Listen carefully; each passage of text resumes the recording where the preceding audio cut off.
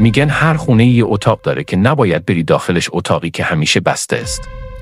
اما یه روز یه صدا ازش میاد، یه زنگ، یه نور، یه پیام، و از اون لحظه به بعد همه چیز عوض میشه.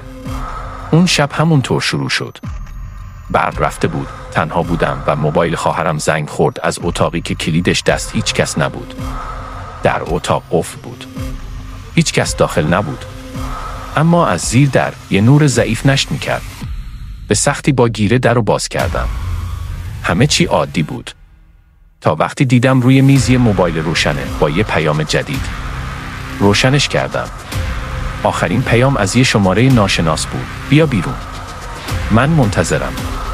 زمان ارسالش دقیقاً 2 دقیقه قبل بود. ولی هیچ کس خونه نبود جز من. همون موقع صدای خشخش اومد از زیر تخت. رفتم جلو. فقط یه جعبه بود. یه بسته قدیمی با روبان مشکی. روش نوشته بود اگه اینو پیدا کردی بدونه که من هنوز اینجام. داخل بسته یه نوار کاس بود. یه ضبط قدیمی کنار میز بود. با ترس گذاشتمش داخل. صدای خشخاش اومد، بعد یه صدای زمزمه سلام. بالا رو نگاه نکن. قلبم یخ زد. همون موقع یه چیزی از سقف افتاد، مثل یه تکه خاک یا تار عنکبوت. نور موبایل گرفتم بالا. یه رد دست خاکی بود روی سقف درست بالای سرم. صدا دوباره پخش شد. تو نباید وارد می شدی. حالا اونم میدونه تو اینجایی. یه صدای قدم اومد از راهرو. آروم رفتم بیرون، اما راهرو خالی بود. وقتی برگشتم داخل اتاق، نوار هنوز میچرخید. ولی صداش فرق کرده بود. اون پشت رو نگاه نکن. چون دیر شده.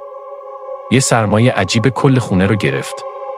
لامپ ها چشمک زدن. یه لحظه تو شیشه کمد یه سایه دیدم. ایستاده بود پشت سرم. فرار کردم بیرون از اتاق. نفس میزدم. در رو بستم، اما صدای موبایل دوباره اومد. شماره تماس. شماره خودم بود. جواب دادم.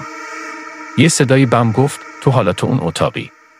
فقط هنوز نفهمیدی. ناخودآگاه نگاهم به اطراف افتاد. همون آینه، همون میز، همون نور. اتاق تغییر نکرده بود. فقط جاش عوض شده بود. من بیرون نبودم. من هنوز اونجا بودم. نور گوشی شروع کرد به لرزیدن. روی صفحه نوشته بود پیام جدید، خوش اومدی. صدای ضبط پخش شد. قسمت دوم زود شروع میشه.